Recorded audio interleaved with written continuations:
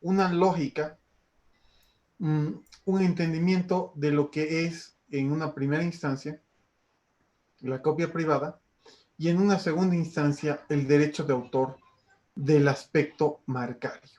Si bien la marca es parte de la propiedad industrial y tiene una apreciación económica y un tratamiento diferente a la del derecho de autor, existe un aspecto del derecho de, perdón, entre la propiedad industrial, pero existe un aspecto muy importante en el derecho de autor referido a la apreciación económica de la marca y de lo que yo puedo hacer con la marca como un aspecto del derecho de autor respecto a la propiedad intelectual, como perteneciente al diseñador, al pensador, al ideólogo de esto. Hemos dicho el día de ayer, hemos hablado sobre el derecho moral y el derecho patrimonial, y ahora vamos a ver estos aspectos. Lo primero que quiero decirle es la existencia de la copia privada. La copia privada, dentro del derecho de autor, es la copia que es utilizada para fines específicamente de la persona o de la empresa como tal. Es decir, por ejemplo, el pago de una licencia de un software establecido para que mi empresa pueda sacarle un crédito económico. La utilización de este software o de esta obra que yo voy a utilizar bajo la perspectiva del aprovechamiento de copia privada tiene que manejarse con muchísimo cuidado. Es decir, el diseño de la licencia va a ser fundamental. ¿Qué aspectos tiene que tener la licencia de utilización si es que yo voy a dar la obra? Lo que quiero es que lo veamos desde los dos lados de la moneda. Desde el que da la licencia y desde el que percibe la licencia. Desde el que da la licencia, es decir, puede ser un software, si es que yo he desarrollado el software, o una obra entendida como una investigación respecto a algún aprovechamiento económico que se puede hacer. ¿Qué es lo que tengo que hacer yo? Primero debo considerar tres aspectos fundamentales en el contrato que me van a llevar a desarrollar el tema del derecho de autor. El primero es en el objeto del contrato, en el cual tiene que estar bien establecido para qué se entrega la obra, pero también tiene que estar bien establecido la posibilidad del uso de la propiedad intelectual como derecho de autor. Es decir, si yo hago un estudio para un análisis de un espacio o del aprovechamiento de una mina, por ejemplo, voy a tener que explicar cuál es la lógica en el objeto del contrato de este documento, de esta consultoría, de este trabajo que se realiza. Es muy diferente, por ejemplo, el que yo diga, te contrato para construir un edificio, que te contrato para diseñar un edificio. ¿Cuál es la diferencia? La construcción la puede hacer cualquiera, el diseño solamente lo hace un arquitecto y por tanto tiene derechos de autor en cuanto al diseño del arquitecto. Te contrato para que realices un trabajo o te contrato para que realices una investigación. Para que, no sé, hagas el viaje de campo, para que hagas todo el tema de llevar adelante la investigación. Entonces ahí estoy contratando también el tema de la propiedad intelectual y debe estar en el objeto del contrato. Un segundo aspecto muy importante es lograr hacer la diferenciación entre la remuneración y la regalía de la obra. Esto por el lado, por ejemplo, de la publicidad o por el lado de que yo contrate una serie de actores o actrices para que hagan algo con mi obra. O incluso contrate un grupo de modelos para que esté delante eh, en mi stand o para que modelen la ropa que yo estoy haciendo como diseñador o para que muestren mi producto a un público. El modelaje, cada vez más en más países, está considerado como una obra de propiedad intelectual por la complejidad que está comenzando a llegar a tener y por tanto si se están desarrollando sociedades de gestión colectiva en relación a modelaje y artes técnicas de modelaje.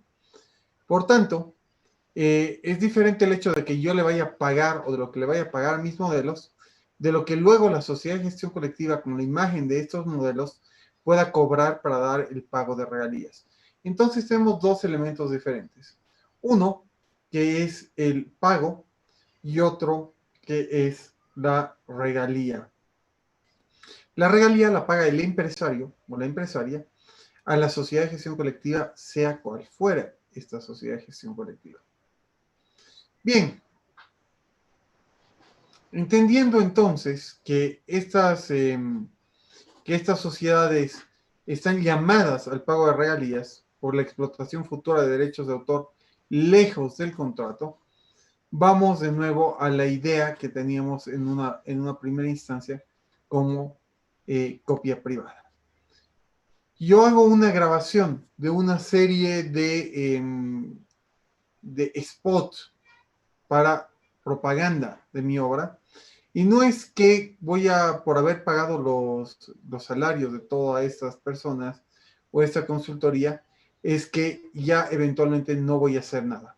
Vencido el plazo del contrato, porque el contrato tendría que establecer por cuánto tiempo dura la utilización de esos spots, lastimosamente hay gente que los usa años más tarde, se deben pagar las regalías a los actores o a las actrices del spot, al creador de la música que me haya diseñado la música, si es que esto sobrepasa el tema del tiempo del contrato. Yo pagaré los derechos, las regalías al autor a través de las sociedades de gestión. Las sociedades de gestión colectiva, entonces, están encargadas de realizar ese tipo de protección, de control y de revisión.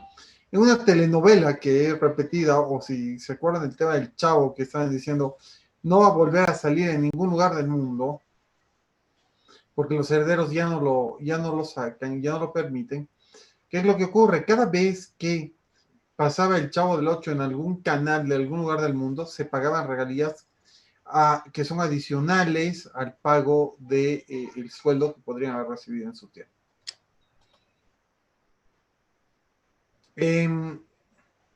Bien, ¿cómo podemos alcanzar el equilibrio entre los derechos conferidos a los autores y los derechos otorgados a una sociedad usuaria de las obras? Para resolver esta pregunta, que puede llegar a ser fundamental, es importante tener un estudio de la información, de que la sociedad tenga acceso a la información como un tema básico. La empresa que contrata una obra tiene que encargarse de difundir, hablábamos ayer del derecho moral, de quiénes son las personas, por ejemplo, que están trabajando en cualquier tipo de obra. En ambientes físicos, en ambientes no digitales, en un mundo sin COVID, es fácil controlar estos temas de difusión, pero en el mundo en el que vivimos con Internet es casi imposible si no se hace bien desde un principio. ¿Y por qué digo que es imposible si no se hace bien desde un principio? Porque, por ejemplo, si yo hago una buena edición de un video y luego establezco quiénes son los actores de una manera ineludible, ya en el mundo digital eso va a quedar como un precedente. En diferencia de que si procuro hacer una evasión de esto desde un principio, siempre va a haber espacios donde se conserven estas evasiones y donde se vulneren permanentemente de una manera casi incontrolable los derechos de autor de que yo debería respetar. Entendemos que en el mundo digital todas las características difieren considerablemente de las características del mundo físico. Es posible comprimir las obras intelectuales en diferentes formatos. ¿Cómo es posible? ¡Tú! Pon agua en Es la posible. calentadora. Domingo, por favor, corta tu voz. Oye, tú tienes previsto.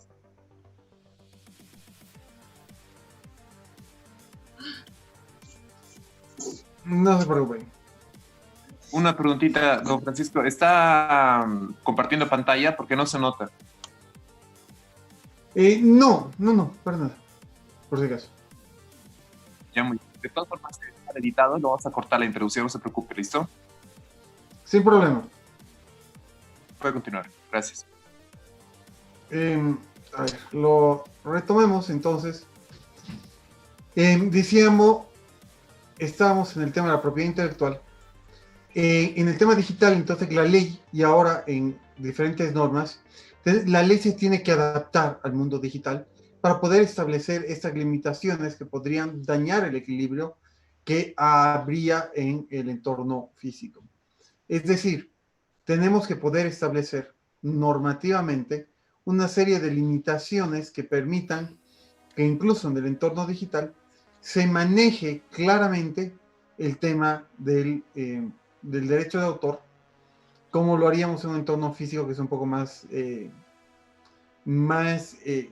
controlable. En el mundo digital y económicamente, las copias perfectas, porque se pueden dar de momento más o menos perfecta de una obra o de un trabajo que haya liberado o realizado,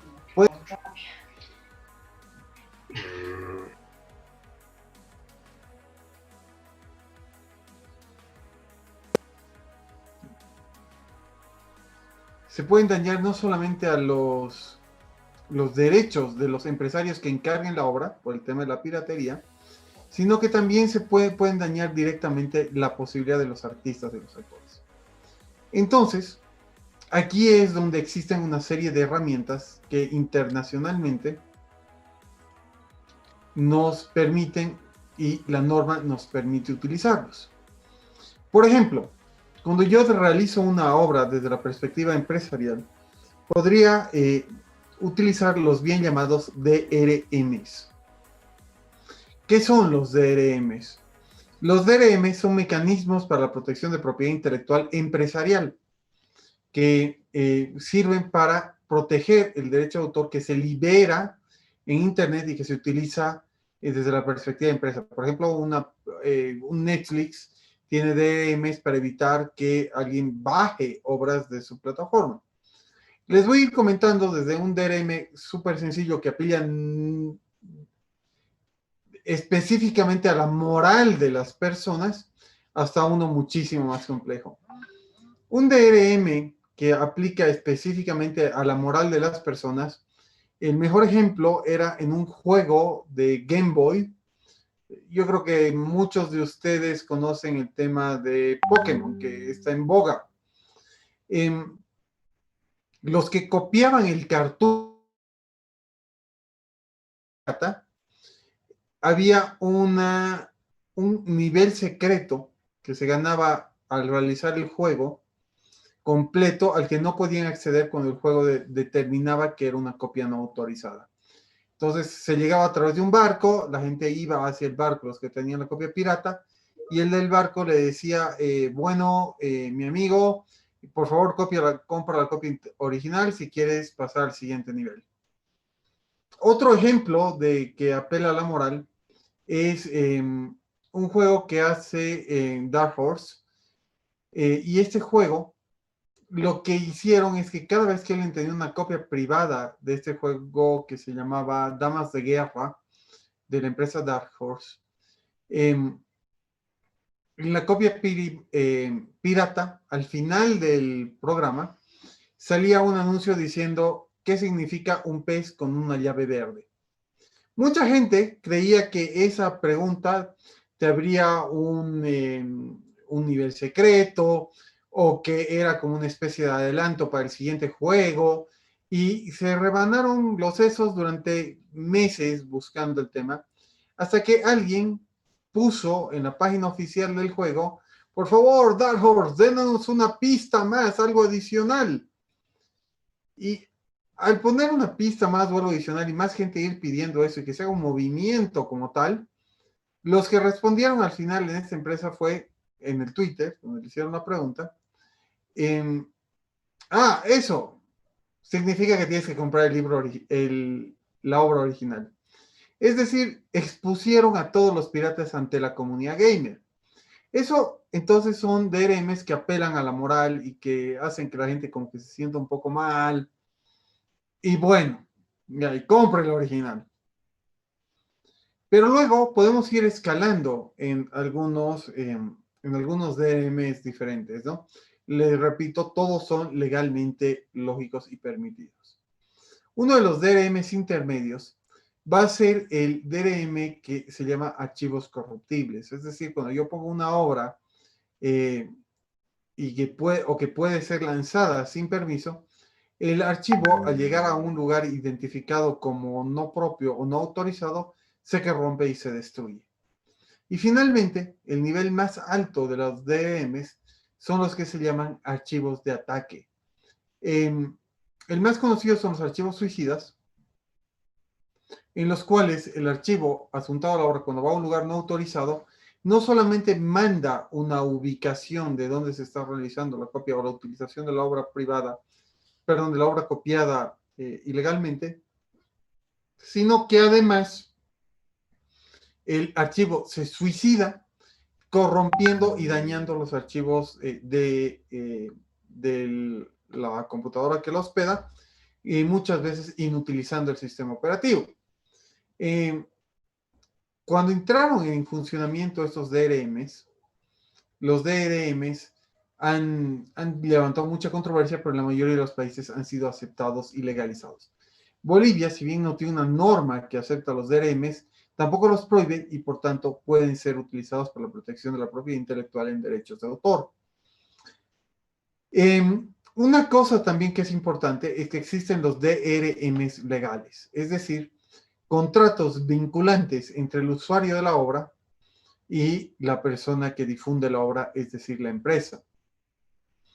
Los DRMs vinculantes son, a ver, el mejor ejemplo que se me ocurre es el contrato de términos y condiciones, que yo le puedo dar, aceptar con un clic. Esos contratos en la mayoría de América Latina ya tienen una plena validez. Y en Bolivia se les está dando validez a través del registro de estos contratos en el Servicio Nacional de Propiedad Intelectual para que puedan ser oponibles ante terceros.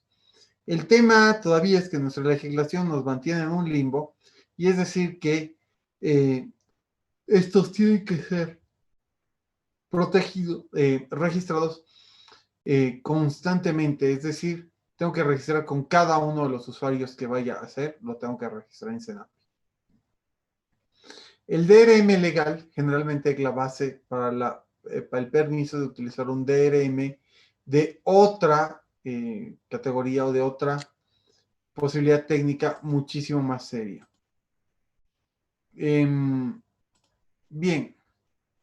entonces, entendiendo que hay estos mecanismos o estos elementos para la protección de los derechos de autor desde la perspectiva de la empresa, también tenemos que entender que esto ha sido hablado por el derecho moral y patrimonial. También tenemos que entender que los derechos de autor, bajo esta lógica, están buscando entrar dentro de la idea de la industria cultural. La industria cultural es un espacio establecido y muy ligado con el derecho de autor, porque es el hecho de realizar el trabajo de explotación económica de la obra o de aprovechamiento económico de la obra desde la perspectiva empresa, desde la lógica de la propia empresa, y de ver al arte como un producto susceptible de apreciación económica y que puede ser utilizado, vendido, transferido, como hemos visto ayer, con cualquiera de los derechos patrimoniales. En Bolivia, las industrias culturales debieran ser potenciadas a través de las sociedades de gestión colectiva, cosa que no ocurre. Sin embargo, eso no implica que la sociedad civil puede realizar industria cultural y puede ser tratada, además de con las leyes específicas de comercio o civiles, con la ley de derechos de autor, que es un seguro adicional a las inversiones que pueden ir realizando. Me parece pertinente e interesante concluir el tema o esa perspectiva antes de abrir una especie de pequeño conversatorio y de mesa para responder las dudas que pueden haber tenido. Respecto a que siempre tenemos que tener cuidado en el desarrollo de los contratos en cuanto a sobre qué vamos a hacer la apreciación económica y sobre qué no. Y hay que tener una especificación bien clara de que si bien el derecho moral es susceptible de generar daños y perjuicios, no es susceptible de apreciarse económicamente. Entonces, debo tener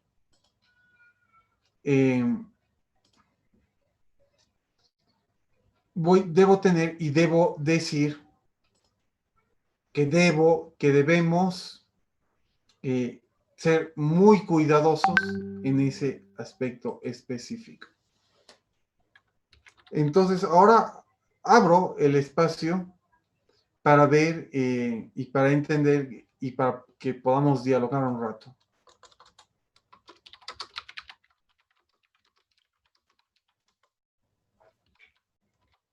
Quisiera una pregunta. ¿Cómo lo ve la parte en este caso, de los minijuegos o los juegos que está tan de moda? Esos ítems, la parte de los La activos parte digitables, de los... canjeables, que se está poniendo ya hasta de moda en la parte hasta del fútbol, de la parte de los activos digitables canjeables en lo que son los minijuegos, las recompensas que les dan, lo que es los ítems, la ropa, las armas. ¿Cómo ve esa parte? Ya, lo que empezó, lo que ya contagió también a los juegos de computadora con los famosos DLCs, ¿verdad? Desde esa perspectiva, a ver, legalmente, y dentro de derechos de autor, es legal, ¿no es cierto? Pero también hay que hacer un control más estricto del tema, ¿no? Ha habido gente que ha perdido mucho dinero por las mini compras y las mini transacciones que se realizan continuamente en estas obras. Entonces, personalmente, yo creo que deben tener un mayor control legal. El acceso tiene que ser más cuidado por las empresas, pero no dejan de ser una herramienta de aprovechamiento económico que bien manejado podría ser bien utilizado y podría ser un mecanismo legal de hacer dinero, ¿no? Otra preguntita.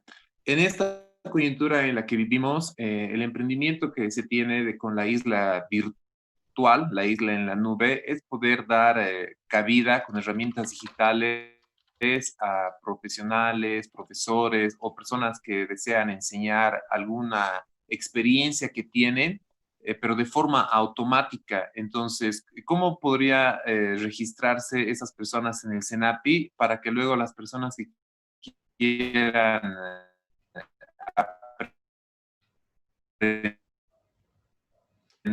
aprender puedan recibir como un certificado digital para poder estar certificadas, pero que como una prueba en el tiempo de que esa persona efectivamente ha sido beneficiada con ese saber para que sea recompensado el profesor, tutor?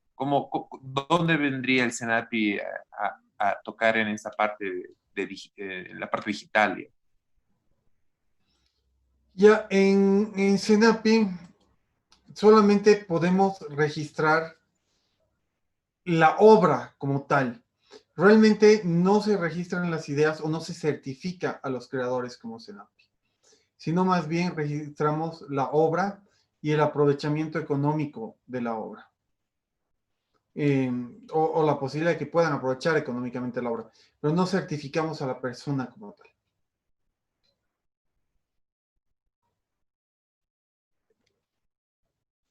Sí, claro.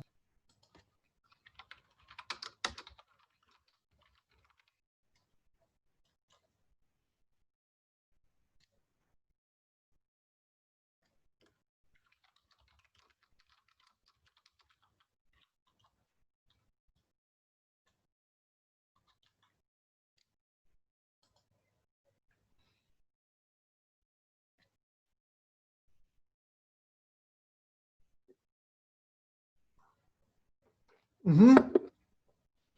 eh,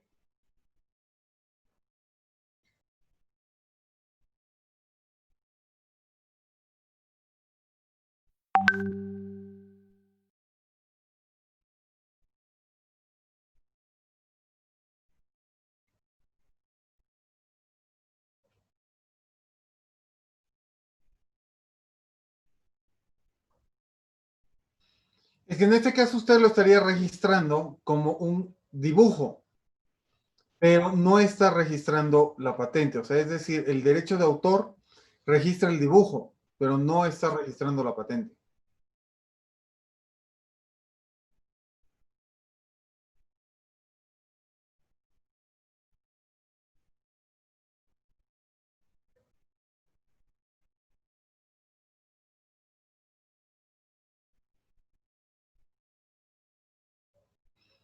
Exactamente. Si todo le pertenece a usted, muchas veces yo incluso he sugerido que mi marca la registre como marca, pero también la registre como un dibujo.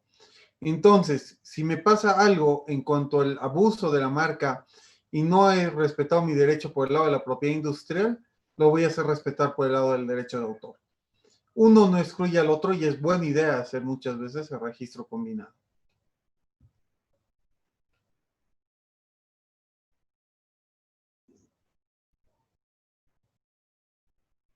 Disculpe, lo estoy oyendo muy bajito. Ahora sí.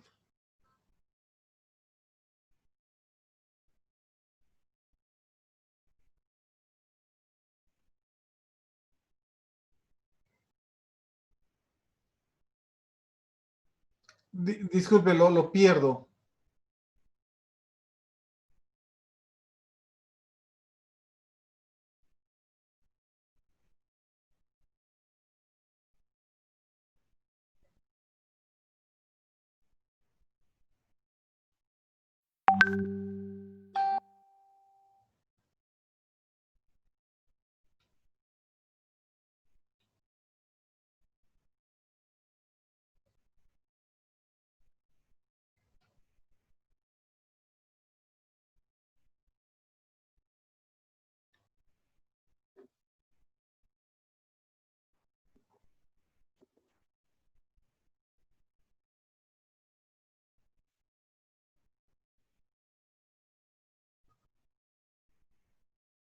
Listo.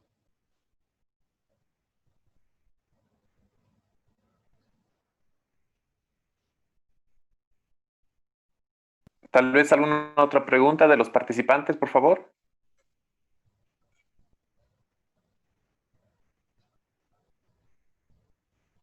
Bueno, yo una preguntita.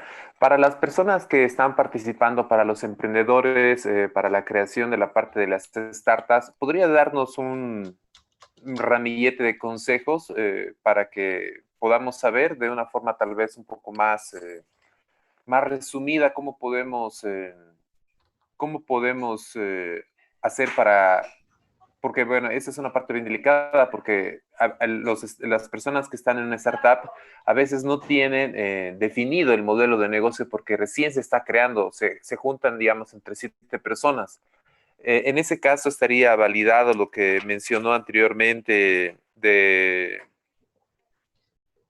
la parte conjunta de la sociedad colaborativa, o sea, ya estaríamos hablando no de una persona, sino de 7 personas, para que pueda dividirse las utilidades entre la startup. Esa parte, por favor. Sí, en ese caso habría que determinar en un pequeño documento inicial quiénes son los que van a trabajar en esto, ¿no? Y cómo van a dividir el tema de la propiedad intelectual. Pero también, como no está entendido o como no se tiene una idea muy clara al principio, una vez que se tiene la idea bien establecida, bien realizada, y en base a todos los aportes y los porcentajes de aportes, se puede realizar un segundo documento. Yo sugiero que se realice un segundo documento donde se respete el tema de la propiedad intelectual y donde se establezca el tema de la propiedad intelectual y cómo se van a cobrar los derechos, las regalías y demás entre los miembros que hayan realizado esto. Entonces va por ese lado sobre la sociedad colaborativa respecto a una obra o a una idea o a un producto intelectual. Y la última preguntita, en la parte de sociedad y gestión colectiva, ¿está algo más o menos con la parte de la startup relacionado o no? Se lo puede relacionar, o sea, no es algo inexclusivo, es parte, digamos, de las sociedades de la colaboración que se puede tener y se lo puede relacionar con las startups porque es perfectamente compatible con la idea. ¿Qué ventajas tendría los startups con esto de la sociedad de gestión colectiva en cuanto a la propiedad intelectual? Que se encargarían específicamente de saber cuánto le corresponde a cada uno y luego de cobrar lo que le corresponde a cada uno. Muy bien, gracias. Ya faltando un minuto para cerrar, quiero agradecer al director general de Propiedad Intelectual, Francisco Bueno Ayala del CENAPI, y a todas las personas que han participado. Todos los videos de CENAPI que se puedan poner en la descripción del video para mayor información de ustedes estarán en YouTube y en nuestra página de Facebook. Muchas gracias por su presentación y gracias a todas las personas que estuvieron hoy acá y los esperamos el día de mañana. Hasta luego. Gracias por la invitación. Muchas gracias. Hasta luego. Hasta luego.